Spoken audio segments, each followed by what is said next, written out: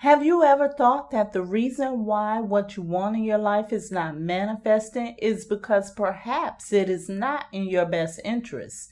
In today's conversation, I'm going to discuss how that perceived rejection can be your protection.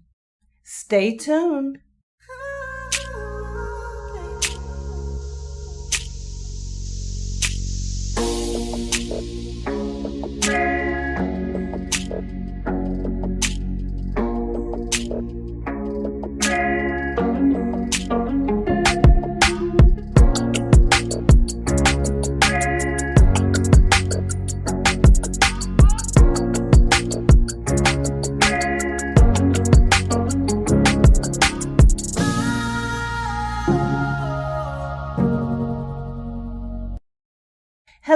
Hello. You are listening to the Manifest on Purpose show.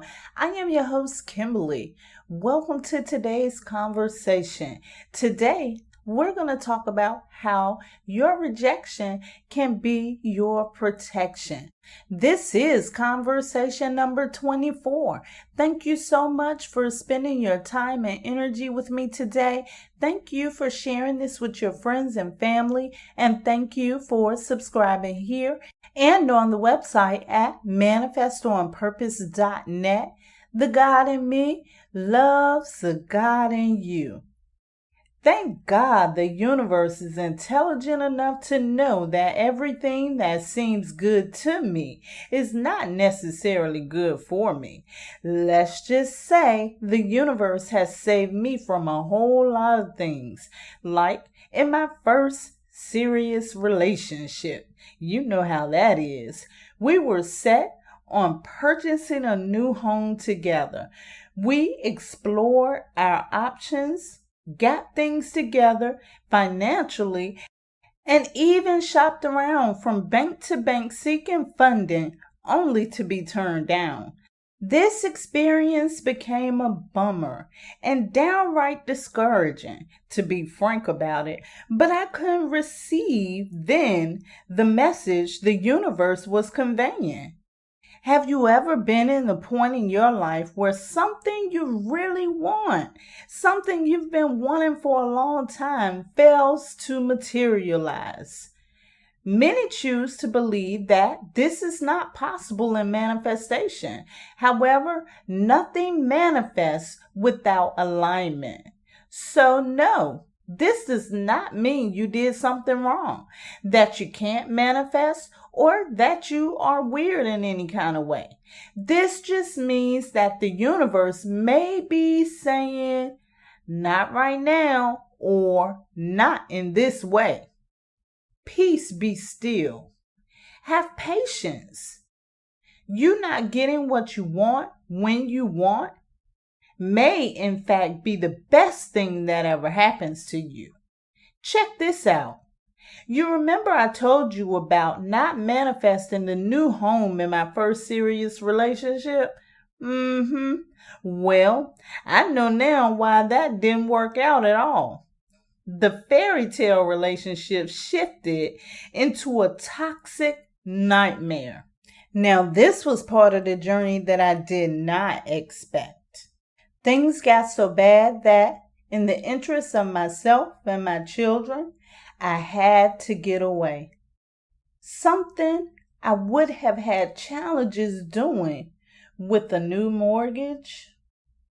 Thinking back on the dreams of the two of us purchasing a home together brought forth a startling revelation of the message the universe was trying to convey. The rejection from the banks was my protection. That new mortgage would have been one extra aspect of the challenges I faced shortly thereafter.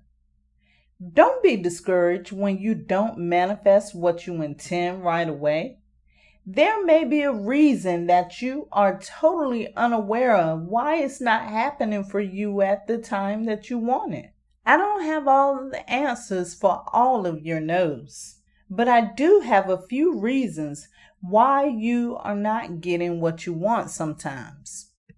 So instead of being frustrated, angry, or discouraged, consider the following things. Consider that sometimes no means not right now. Sometimes no is a delay. Be patient. It could not be the right time for you, or there could be something much bigger and better in store for you along the journey. Whatever the reason is, the universe is orchestrating the best possible outcome for you.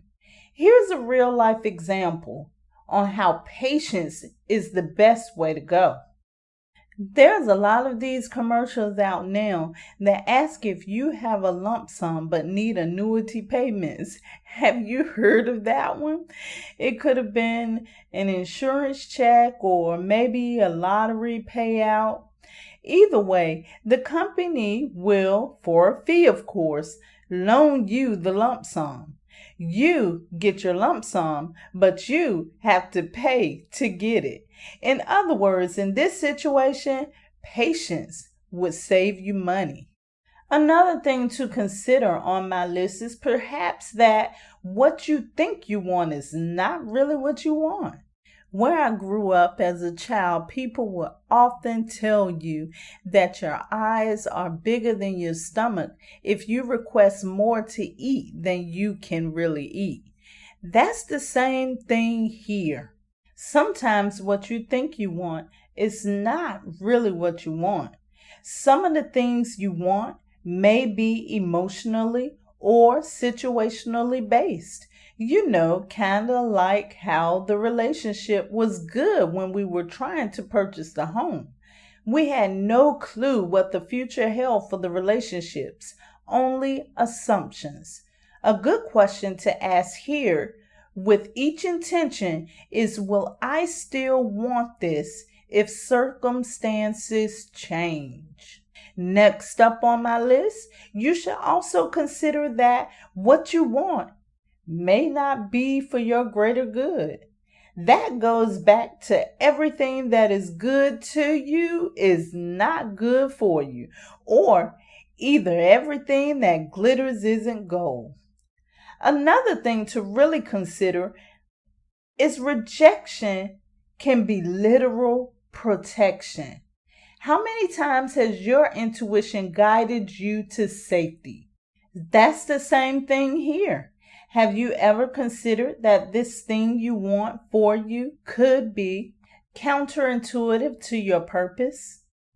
Let that sink in for a moment. Be careful what you wish for. You just may get it. Or not. Not doesn't have to mean it's a bad thing or failure. Not could just be protection. It would have been difficult for me to move on from my first relationship. Yeah, that toxic one. If we would have achieved the goal of purchasing that home together, it could have held me back. But one thing about the universe, it's all-knowing and it's all-wise and right on time. Next time you hear no or face rejection, keep your chin up. It may very well be for your protection. I love you to life. This is how you manifest on purpose. Let's prepare for meditation. If you are driving, this is not the time to meditate. Please download this and save it for later. If you are not driving, now's your time to meditate. Please find that sacred space, the space that is comfortable for you, the one that is safe and distraction free, the one in which you can relax and focus on your breathing. Enjoy your meditation.